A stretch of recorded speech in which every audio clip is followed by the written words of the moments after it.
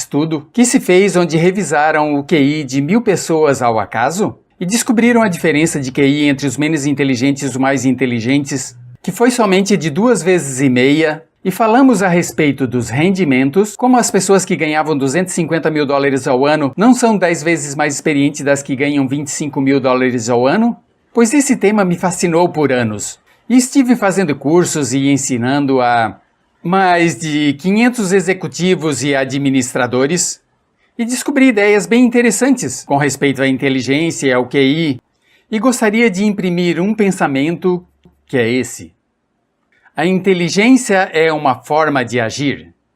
A inteligência não é questão de QI, não é questão de educação, não é questão de história prévia, contatos, qualificação, nem nada disso. Tem muitas pessoas inteligentes que não ganham para viver. Tem muitas pessoas com títulos universitários que estão desempregadas. E também tem pessoas que não terminaram o 2º grau e dirigem grandes empresas, porque a inteligência é uma forma de agir. O que eu descobri é que se estuda a forma que as pessoas inteligentes, pelo qual eu quero dizer as pessoas que conseguem os resultados que querem, agem, e se você age ou usa sua mente da maneira como eles usam a sua mente, realmente começará a trabalhar com o mesmo nível de inteligência que eles trabalham, sem importar seu QI ou qualquer outra coisa. Agora, comecemos com esta frase básica. A inteligência é uma forma de agir. Em outras palavras, se age de forma inteligente, então você é inteligente. Se não age de forma inteligente, então não é inteligente, sem importar quão inteligente seja ou quão instruído está. Em respeito a isso, um dos estudos que conduzi há alguns anos foi investigar um pouco os gênios. Quais são as características dos gênios? Pessoas que trabalham acima do nível mental dos demais, a níveis excepcionais de inteligência. Pessoas que o QI é maior que 140, que sobe até 150, 160, 170, 180. E descobri que tem 4 chaves para os gênios.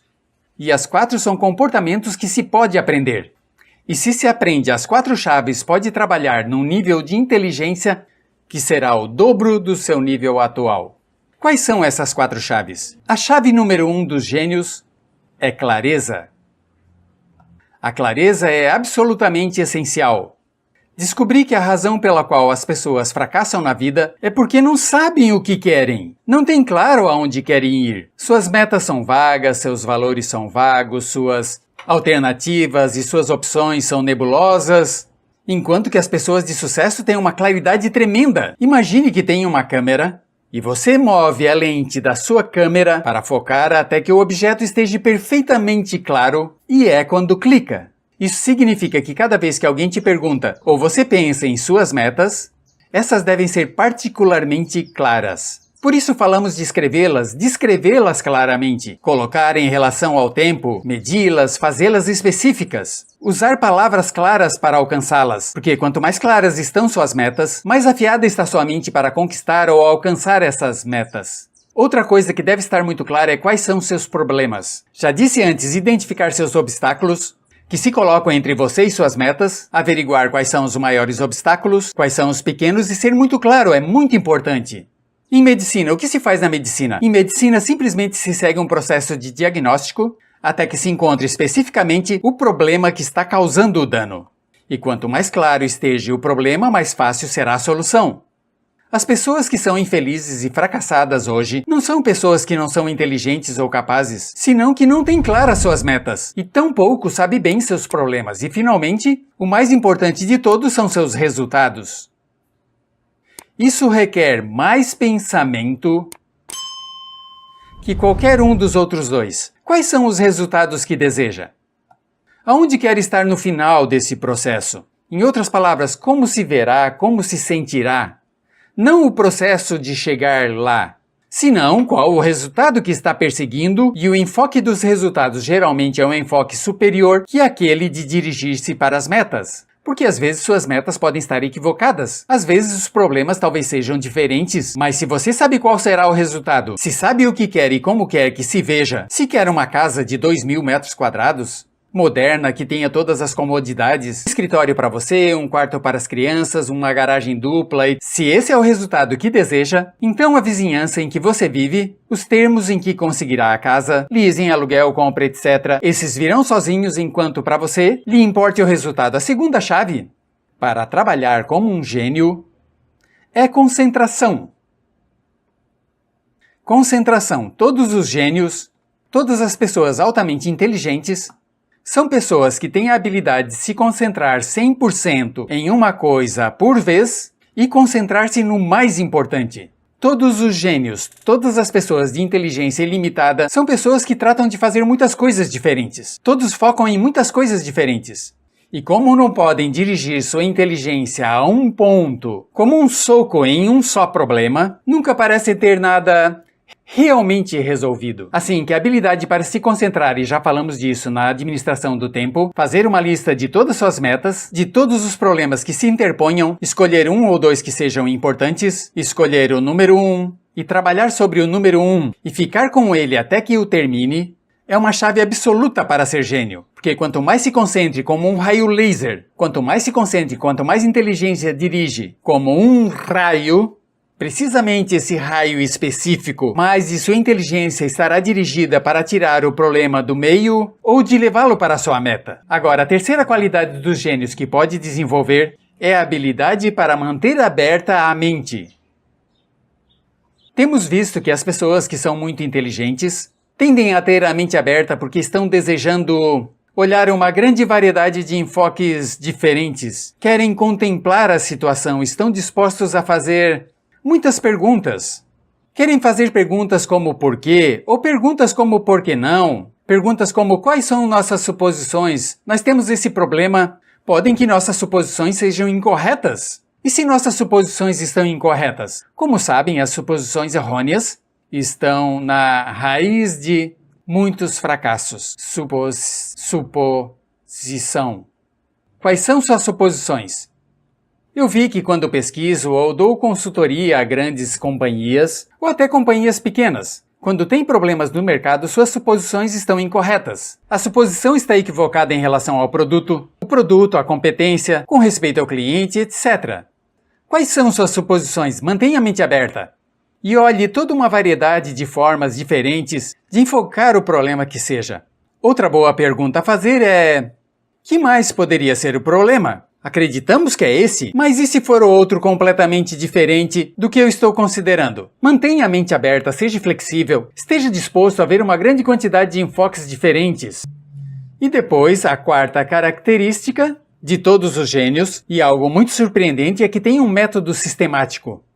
Ou tem uma metodologia sistemática ou métodos sistemáticos para a solução dos problemas. Não fazem nada sem se preparar.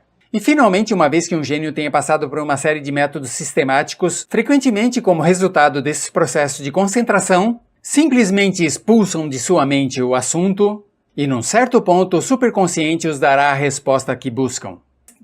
Mas antes disso, utilizam métodos sistemáticos de pensamento organizado.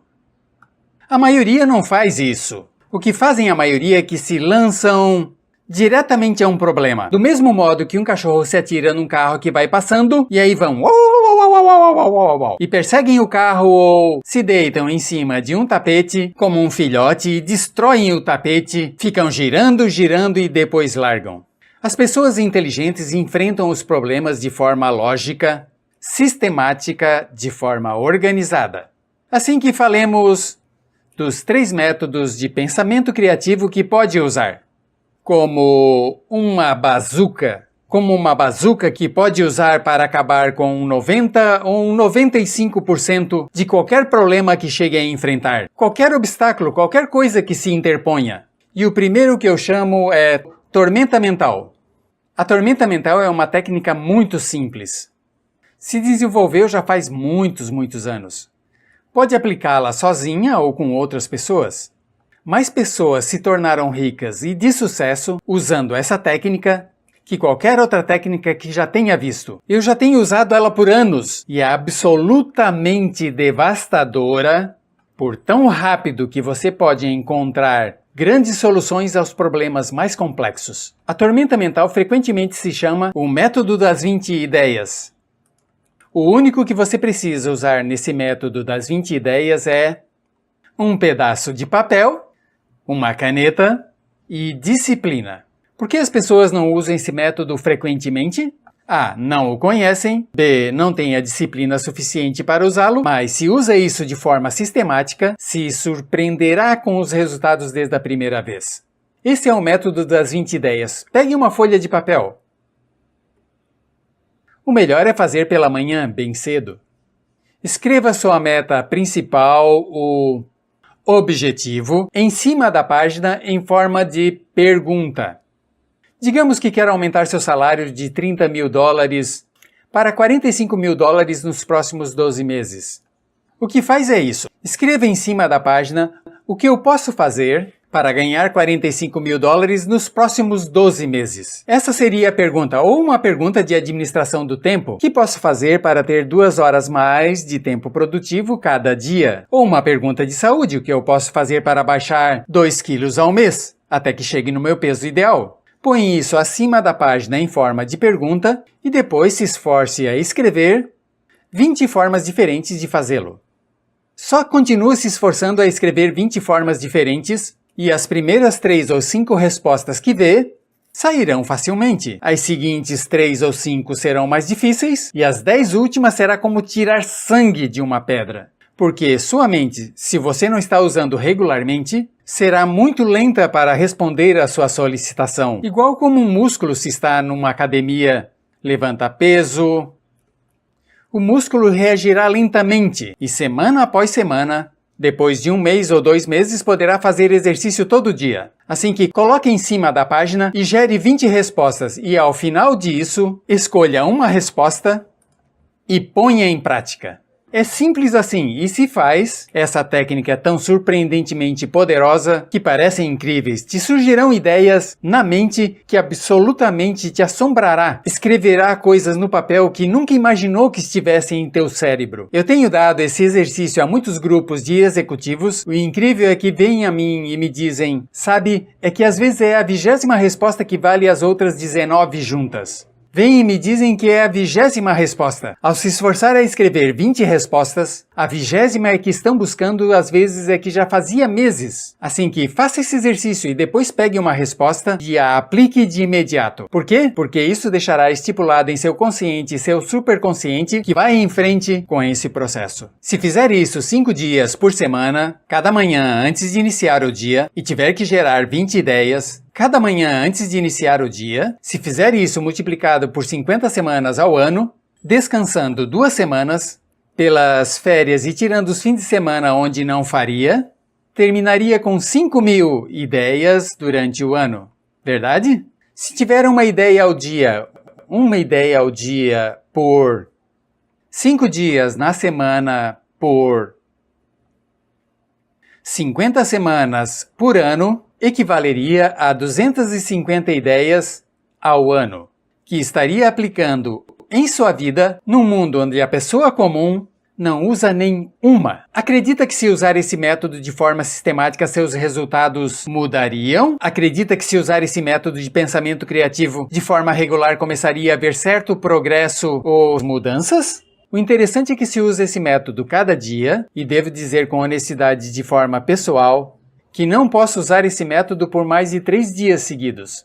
A razão é que, ao 3º dia, tenho tantas ideias que não tenho tempo suficiente no dia para implementar todas. E são boas ideias, ideias claras, práticas, e em muitos casos são soluções superconscientes que as ponho por escrito. São perspectivas que às vezes valem centenas, às vezes milhares. Tive ideias que valeram dezenas de milhares e até centenas de milhares de dólares. Faço consultoria para corporações. Em ocasiões me surge uma ideia enquanto estou fazendo uma tarefa de consultoria para empresas com esse exercício, que valerá centenas de milhares de dólares para eles, porque será uma destilação única de uma série de fatores que prontamente se cristalizam. Como um flash tira uma fotografia com todos os detalhes. Prontamente se cristaliza numa forma superconsciente e bang! Aí está a ideia. Assim que eu recomendo que utilize esse método a partir de hoje. Que tomem uma meta, qualquer problema, qualquer dificuldade, escrevam em forma de pergunta e alcancem. E se surpreenderão de tão bem que funciona. Realmente eu tive muitas pessoas, centenas de pessoas que tomaram meus cursos e me dizem que a ideia de mudar toda a sua carreira, mudar todos os seus negócios, mudar toda a sua vida familiar, mudou muitos aspectos de suas vidas. Muito bem, o segundo método que eu quero ensinar, que podem usar sozinhos, mas também pode usar em grupos, também pode usar como uma espécie de fórmula para resolver um problema em um grupo, é um método sistemático. Parte foi desenvolvida na Universidade de Harvard e parte foi desenvolvida por uma série de outros pensadores criativos em diversas formas, e são as que eu combinei nesse método. Este método é absolutamente surpreendente, é verdadeiramente incrível. Eu nunca vi um problema que não se tenha resolvido com esse simples método. Bem, tem 9 passos. O passo número 1, o ponto de partida é expectativas confiáveis. Expectativas confiáveis que nos parece abrir a mente, nos relaxar o cérebro, ativar o superconsciente e parece localizá-lo para a solução de um problema ou uma dificuldade num grau mais alto. Assim que as expectativas confiáveis são muito simples. Assumam uma solução lógica. Quando enfrente qualquer tipo de dificuldade, assumam uma solução lógica e realizável. Diga a si mesmo, bom, isso tem uma solução lógica e se pode realizar. Não tem problema. Como dizem os australianos, não te preocupe, amigo. Só digo mesmo, não te preocupe, amigo, não tem problema. Deve ter uma solução em algum lugar. Essa atitude de expectativas confiáveis parece abrir a mente criativa e fazê-la trabalhar muito melhor. Passo número 2. Com o fim de manter sua mente positiva e otimista, use linguagem positiva. Use linguagem positiva. O que eu quero dizer com isso? Pois tem algumas palavras no idioma inglês ou em qualquer outro idioma que pode aumentar ou baixar a temperatura corporal, nos faz ter ansiedade ou estar felizes. Assim que o uso das palavras é importante. Usar as palavras apropriadas é importante. Por exemplo, a palavra problema. A palavra problema é uma palavra negativa, tem conotações negativas. Faz com que nos estressemos, nos angustiemos e estejamos tensos. Faz com que nossa mente se feche. Em vez disso, use a palavra situações. O maravilhoso é que é uma palavra neutra. Não é positiva nem negativa. Um problema é algo com que se luta. Uma situação é algo com que se trata. Assim que problema é igual a luta, retrocesso, custo, dificuldade, decepção. Uma situação é algo com que se trata. Agora, logo que começar a escrever as coisas como situação, temos uma situação interessante aqui, o carro foi roubado, temos uma situação interessante, nossa casa se incendiou, é uma situação interessante. Isso faz com que a sua mente trate com isso em vez de sentir-se pressionada. Uma palavra melhor é desafio. Muitas companhias, muitas pessoas agora usam a palavra desafio porque é positiva. Um desafio é algo com que se enfrenta. Um desafio é algo positivo que você resolve.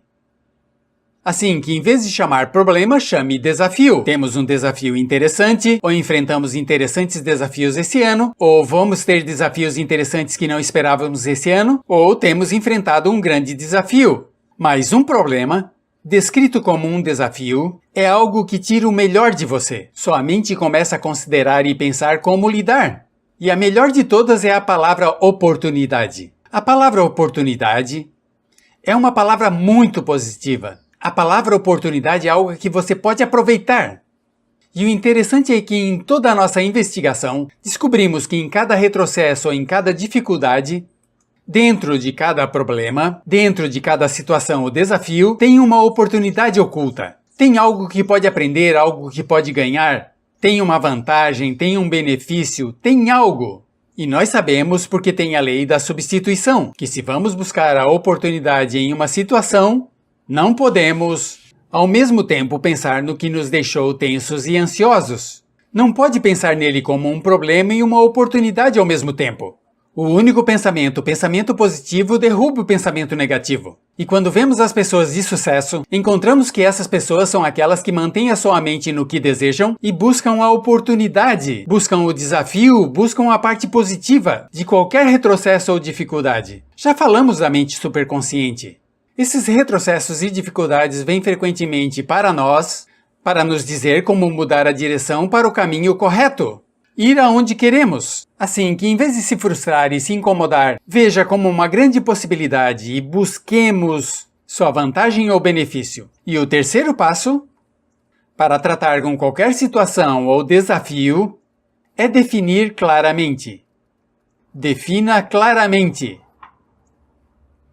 Com certeza eu uso esse método todo o tempo. Simplesmente tomo qualquer meta ou dificuldade que eu tenha e faço todo esse processo. Faço esse processo e no final sempre consigo uma solução para ele. Defina claramente. Pense por escrito. Faça por escrito. Pense no papel. Todas as pessoas de sucesso pensam no papel. As pessoas que não têm sucesso não pensam no papel. Por que não pensam no papel? Porque são muito preguiçosas para pensar no papel. Assim que pense em papel. Escreva e diga por que estou preocupado. Ou qual é a dificuldade, ou qual é a situação. Defina claramente, lembre o que falamos antes.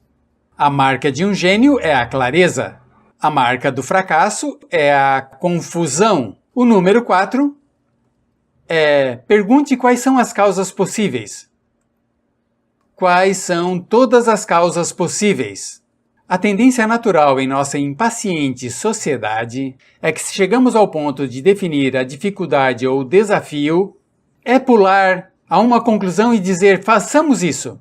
Em vez disso, o que faz um doutor, por exemplo, o que faz é que chega ao lado e diz, muito bem, tem essa dor, tem essa dificuldade, tem esse mal que está sendo manifestado nesses sintomas. Agora vamos ver quais são todas as possíveis causas o que come, o que bebe, qual é o seu estilo de vida, que tipo de estresse existe em sua vida, etc. Às vezes encontrará que 50% de todas as suas dificuldades podem se resolver definindo-as claramente. Outro 25% de suas dificuldades pode se resolver determinando as causas. Às vezes se pode determinar quais são as causas, então diz, bom, se essa é a causa, eliminando essa causa, a situação se resolve. O quinto passo, se não resolveu no passo 3 ou no passo 4, o seguinte passo é dizer quais são as possíveis soluções. Quais são as possíveis soluções, se não só todas as soluções lógicas. Vá mais além disso. Se pensa numa solução rapidamente, que pareça a solução lógica, então pergunte-se, e se isso não funciona? O que mais poderia fazer? Roque Vannock disse, sempre busque o que se chama a segunda resposta correta. Uma vez que tem uma resposta correta, diga, bom, isso parece a resposta para essa dificuldade. Pergunte a si mesmo, qual é a segunda resposta correta? Um exercício muito bom, porque se a primeira solução não funciona, já tem uma segunda solução desenvolvida. Assim que pergunte quais são as possíveis soluções. Qual é a solução e o oposto da solução? E se não fizéssemos nada? Se fizéssemos 2 vezes mais difícil? Se tentar algo completamente diferente? E se usássemos pensamentos laterais em vez de cavar esse buraco e fizéssemos outro buraco? E se nós saíssemos do mercado e se saíssemos desse trabalho? E se acabamos com a relação ao invés de tratar de resolver o trabalho ou a relação? Que tal se for a outro lugar e tornamos a começar? Qual é a segunda resposta correta? Esse é um ponto crítico. A partir desse ponto, quando tenha chegado ao número 5, pense e fale somente das soluções. Pense e fale só das soluções. Devido à lei da concentração, devido à lei da substituição, devido à lei da atração, o que acontece? Pois eu te direi o que acontece. A maioria fala dos problemas todo o tempo. Pensam em problemas, se preocupam com problemas, imaginam problemas, discutem os problemas e têm cada vez mais problemas. A lei da substituição de se pensa e fala sobre problemas, somente se ocupará com o negativo. A lei da atração diz se pensa e fala em problemas, vai atrair mais problemas para sua vida. A lei de correspondência diz que quanto mais pense e fale dos problemas, mais preocuparão sua mente e mais estará o seu mundo externo caracterizado pelos problemas. A diferença entre os vencedores e os perdedores entre os heróis e os que não são, sucessos e fracassos é esta. É que as pessoas de sucesso, ganhadores, estão orientados para soluções, pensam em soluções, falam sobre soluções, sempre estão fazendo essa pergunta e essa é a grande pergunta. E agora, o que fazemos? O que podemos fazer a partir daqui? Em outras palavras, sempre são orientadas para o futuro. Sempre estão orientadas para o futuro. Os perdedores sempre estão orientados para o passado. Os perdedores sempre querem saber quem fez, a quem deve se culpar, quem é responsável, como reduzir as perdas. O vencedor sempre olha para adiante e diz aonde vamos a partir daqui, o que fazemos agora, qual é a solução, como podemos melhorar a situação, como podemos nos ajustar, nos adaptar, nos modificar. Uma vez que chega aqui, o seguinte passo é muito simples. O número 6 é tome uma decisão. Tome uma decisão. Qualquer decisão é melhor que decisão nenhuma. 80% de todas as dificuldades devem ser resolvidas e a decisão deve ser tomada nesse ponto. No momento exato em que surgem.